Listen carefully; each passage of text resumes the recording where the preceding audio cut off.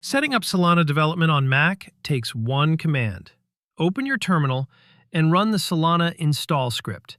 This single curl command downloads and configures everything you need. It installs 5 tools automatically. Rust, the programming language for Solana smart contracts. The Solana CLI, your command line interface for deploying and managing programs on the network. Anchor, the most popular framework for building Solana programs. Surfpool, a local test validator. And Node.js with Yarn for client-side development. The installation takes a few minutes. Once it finishes, you'll see version numbers for each tool confirming everything installed correctly.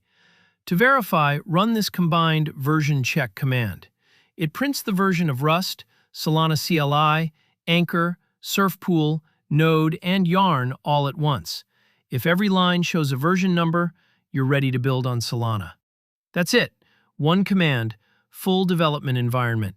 Check the Solana docs for your first program tutorial.